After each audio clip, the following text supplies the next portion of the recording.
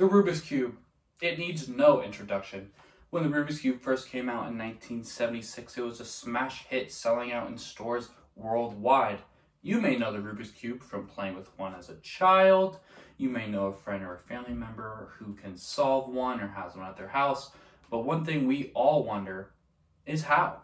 How do we even solve the Rubik's Cube? I don't even know where to begin, people ask.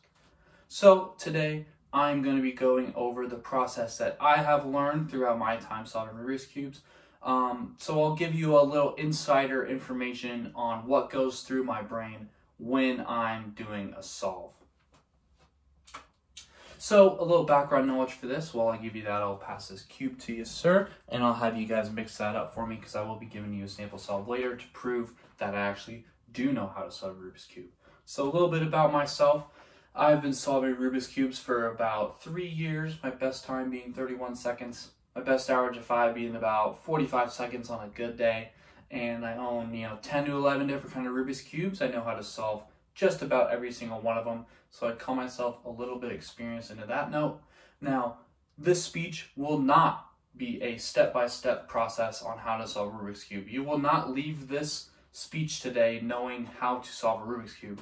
You will leave the speech today knowing the process and how you would think through solving a Rubik's Cube and how really less challenging it is than you think to solve a Rubik's Cube. All it really takes is a little memorization and a little problem solving skills. So with that being said, I know none of you know how to solve a Rubik's Cube. So we're going to be going over some key terms that I'll be using throughout the speech to help you give a better understanding of what I mean.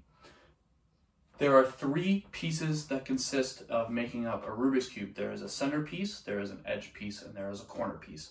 Your center piece being the piece with 1 sticker and 1 color, your edge piece being this piece with 2 stickers or 2 colors, and your corner piece being the piece with 3 stickers or 3 colors. The reason you know the difference between these is, well, your center piece tells you what color that side is going to be. Your white center piece, that side is going to be white. Same with the green centerpiece, that side is going to be green, and so on and so forth. There are 6 different sides, so 6 different colors: white and yellow, red and orange, green and blue. So the reason to know the edge and the corner piece is later on in a later step, we're going to be pairing up the edge and the corner piece, so it's going to be important to know which ones those are, the ones with 2 and 3 stickers respectively. I'm going to be talking about layers when talking about the steps of my strategy. Now, when I mean layer, I mean if you think about each side as a 3x3 grid, or some people might call the Rubik's Cube a 3x3 Rubik's Cube because it has 3 stickers by 3 stickers. Horizontal being your row, vertical being your column. Each row, the bottom is going to be our first layer, middle being our second layer, and the top row being our last layer. Now, when I mean first and last layer, I mean in the process that we're going to solve the layer. So our first layer is always going to be our white side. I like to always start on the white side. It's easier for me to start with the same side. It makes it a little more consistent, it makes it a little faster. So our white is always going to be facing down. So we always know the white is on the bottom, which is going to be our first layer. And then our last layer is always going to be the yellow, because white is always across from yellow, green is always across from blue, and red is always across from orange. So with that being said, we always know the white's on the bottom being the first layer. We always know the yellow is going to be our last layer facing up. Now you can start with any color you want, but like I said, it just makes it more consistent to start with the same side and the same colors every single time. So I'll be using the term algorithm, which is basically just a process or a set of moves that we can use to help further our solve consistently. And I will be using the term CFOP, which is the strategy I will be putting to use. A 4-step strategy that really isn't so hard.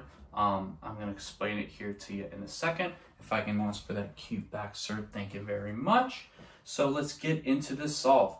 So the first step of our CFOP strategy, the C standing for cross. So I am always going to start on the white side facing down. For right now, we're going to have it facing towards us so we can see and actually effectively make our cross. So first, we're going to find our white center piece, which we found right there. Then we're going to find our white edge pieces being right there, there's one right there, and one right there, which is already on the white side, making it easy. Knowing which colors are always going to be across on which colors will make this step super easy. So pairing up the opposite sides, moving and lining them up with their respective sides, and vice versa with the other side, will give us our cross here. Now, one thing to note is if you have white corner pieces in here, it is okay that they're there. All that really matters is we have our cross here on our white matching up with each color right here. So you know our cross extends down being the same color. There are no real algorithms, and you will just have to get better and use your practice, help learn how the pieces move around, and with more practice, it'll become easier and easier for you on the cross. So our second step in our CFOP, the F stands for F2L.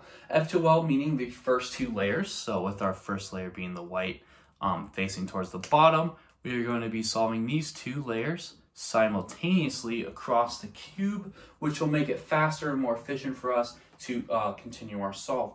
Now, F2L has many different skill levels, so I like to use more of a beginner sort of strategy, but basically in every F2L strategy, you're going to be finding each edge piece.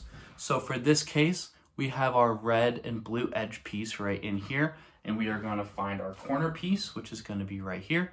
And then we're going to do a certain algorithm to put that piece in its right spot, and do so for all four colors and sides.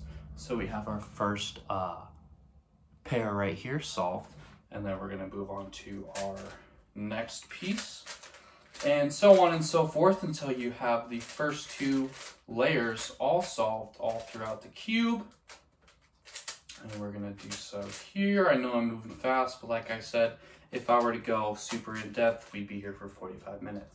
But with that being said, I do have F2L completed. You can tell by your first two layers being solved all throughout with your white still facing the bottom.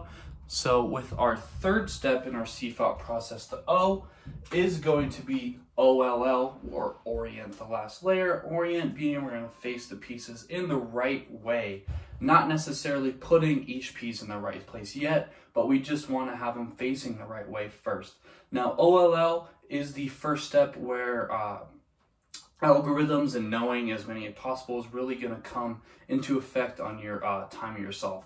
There are 57 different algorithms for OLL, so 57 different patterns you can have of how the yellow can be oriented, and to solve those in one algorithm, there are 57 different ways. Now, no one is going to remember all 57. Myself, I only remember, 5 or 6, but it's important to remember the most common ones you see. So it does take practice, and you'll find some common ones amongst yourself and then remember those and use those together.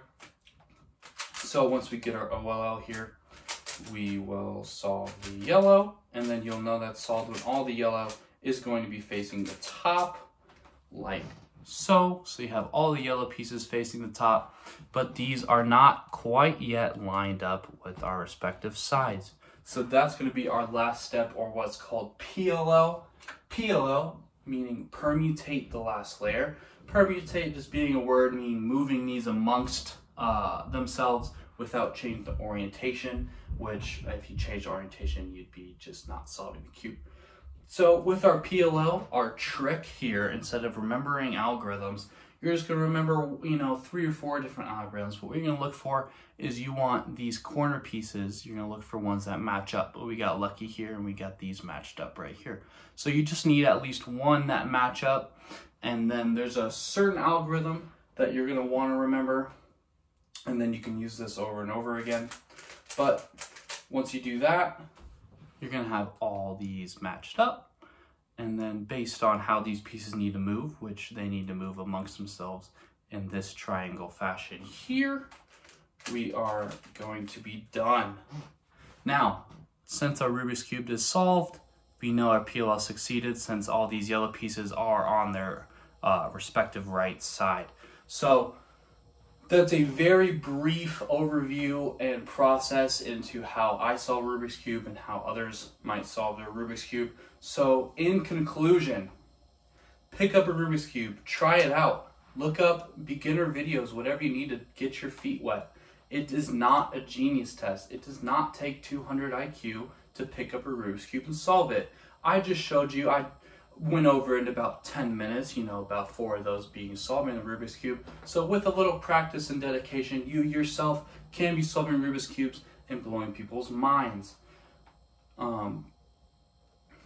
Thank you.